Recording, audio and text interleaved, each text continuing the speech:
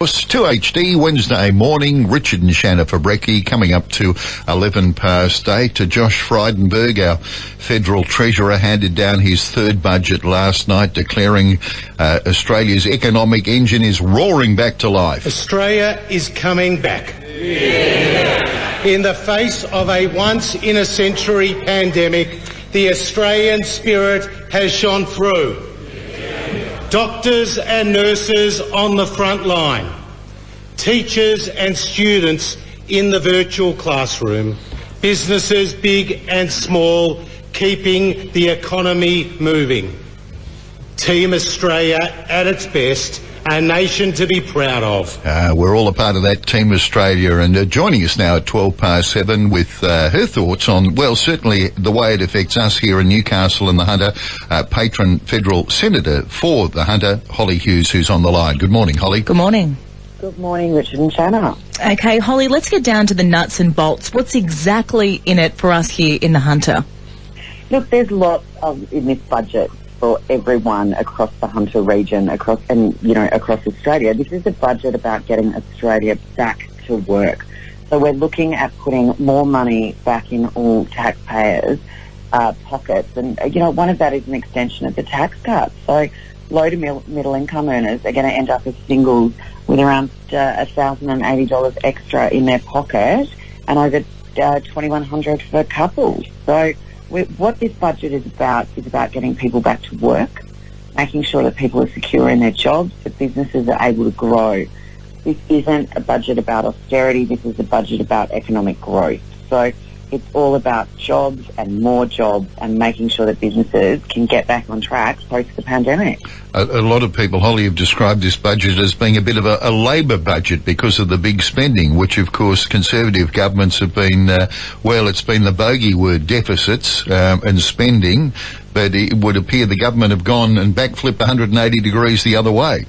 Look, it's not the time for austerity at the moment, and that's why people like the Business Council are coming out and supporting this budget, because it's about growth. It's about getting everyone back on track post the pandemic. The pandemic made the GFC look like a hiccup, so it's about making sure that families and businesses have been able to survive through the pandemic, and we've seen the lowest unemployment rate that we saw even before the pandemic started in the last month. So Australia has weathered both the health and economic storm of the pandemic, if not the best in the world, certainly equal to the best in the world. And this is about ensuring that Australians can continue to have security, but also that everyone in our regions has the ability to continue to grow their businesses and feel secure for the future. Holly, a number of priority projects have missed out on funding once again in our region, such as the Glendale Interchange and the M1 extension to Raymond Terrace. Why have these projects and so many others missed out once again on funding? Look, the funding for the M1, and I will just focus on that one, but the M1 extension, we committed $1.6 billion to this project in partnership with the New South Wales government in the 2019-20 budget. That money is already there. It's not going to reappear as a new line item in every budget. The money is already there. And we're continuing to work with New South Wales government because it's still in the planning phase, and that's where it sits with them at the moment. And we'll continue to try and keep you updated on all milestones, and including when the construction will commence. But we are still working with the New South Wales State Government on that project. We always knew it was going to have a long lead time, but that money was committed in the 2019-20 budget, and that money is still there. We have spoken to both the Prime Minister and Angus Taylor on a number of occasions in the last 6 months. You've been here for a number of those announcements, but they both said on a number of occasions it would be a gas-led economic recovery out of the pandemic. I don't think it was too much mention of gas. We still haven't had a decision on the PEP 11 exploration licence offshore here from Keith Pitton. There was no mention of this government-funded gas-fired power station at Kurri Kurri. Yeah, look, PEP 11, and I have been with the PM on a number of occasions, and it's just not going to happen. He's just not interested. Like, he said it every time. I've certainly been with him in the region. we don't support it. He doesn't support it. It's just not going to happen. So he has never changed his commentary around that. And in fact, he was asked that question when we were up within town just last Friday announcing $66 million for the extension of the airport. And the Kurri Kurri gas project, that's something that we're committed to. But we also, when we talked about a gas recovery, and particularly in the Hunter region, when you talk about Liddell coming offline, we would prefer the market to step up. But if they don't, we will.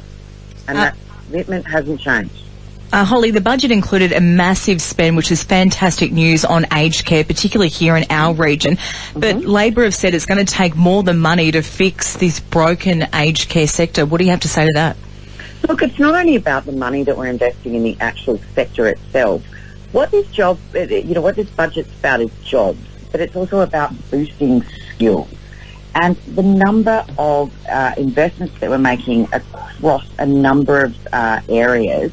And, you've got to look more broadly when you talk about aged care than just, the particular homes or where the money is going in what's labelled aged care. When you look at what this budget's delivering around workforce participation, you're talking about the childcare policy. We're looking at, getting more families back to work. But if we're going to be, gender specific in some of this stuff, getting more women back into the workforce. And at the end of the day, the bulk of people that work in caring services tend to be women. So if we're providing the opportunity for more people to go back to work through better and more targeted childcare policies, that means you can take on more hours without that paycheck being eaten up by a childcare fee. You're going to see more people going back to work for longer, which boosts your workforce participation. And one of the areas, it's not only aged care, if you look at disability services, a lot of these caring industries, people that work as carers professionally, it's the staff numbers that are the issue. And quite often you hear from this sector, it's trying to attract the workers. It's not actually that there's no money to pay them, it's trying to attract the workers and get them to take more hours on. So by doing things like a more targeted childcare policy, where people can take that extra day because it's not disappearing into childcare fees, we're going to see a boost in service provision. There's been a lot of focus on mental health, and that was certainly something that the Treasurer highlighted last night. A big spend on mental health, which I think we'd all agree is a good thing. Look, and the mental health stuff, if you look at Headspace, that there's going to be more people working in that area. It's important to say that we're investing in it from a federal government level. I still get very disappointed because if we look and if we want to get technical to a constitutional level and where the division of powers and responsibilities lie, the state government's responsible for mental health.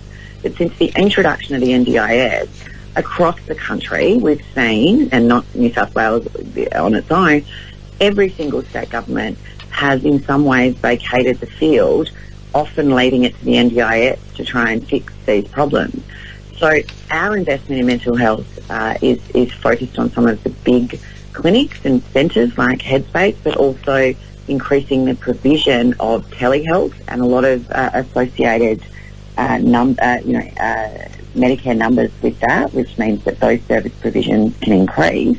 But, I personally would like to see state governments across the country come back more to the table and stop passing the buck on what they then say should be disability care under the NDIS. And I noticed last night, Holly, the government mentioned, obviously just predictions at this stage, but our borders hopefully to open mid-2022 next year, and the rollout of the vaccine to be completed by the end of the year, half-price domestic travel to support the tourism industry. But obviously it's very hard to be accurate with these things at this stage due to the pandemic still going on. Look, the pandemic, we can't put a timeline or an arbitrary date on something. It's just ridiculous putting arbitrary dates when we just don't know. Australia's weathered this, and if we want to talk about it in health terms, we've weathered COVID much more successfully than pretty much any other country in the world. And if you look at countries, what's so sad at the moment is seeing COVID go through developing nations. But if you look at developed countries, And percentages, when you look at population versus those impacted by COVID, death rate, I mean, we are just streets ahead of so many other countries. But to put an arbitrary date on when something's going to open or not, I mean, I just think it's ridiculous at the moment, because this is the great unknown. COVID is insidious in the way that it's getting into every crack and crevice of country. But getting the vaccine, and as many people as possible getting the vaccine, is ultimately going to be our passport out of COVID, letting Australians travel, but also letting people come into the country once again, and increasingly open those borders, not only for tourism, but to ensure that we can re-establish our skilled migration programs. I mean, that's a very big part of the Australian economy, and we are working incredibly hard to make sure that skilled migration program obviously can ramp back up.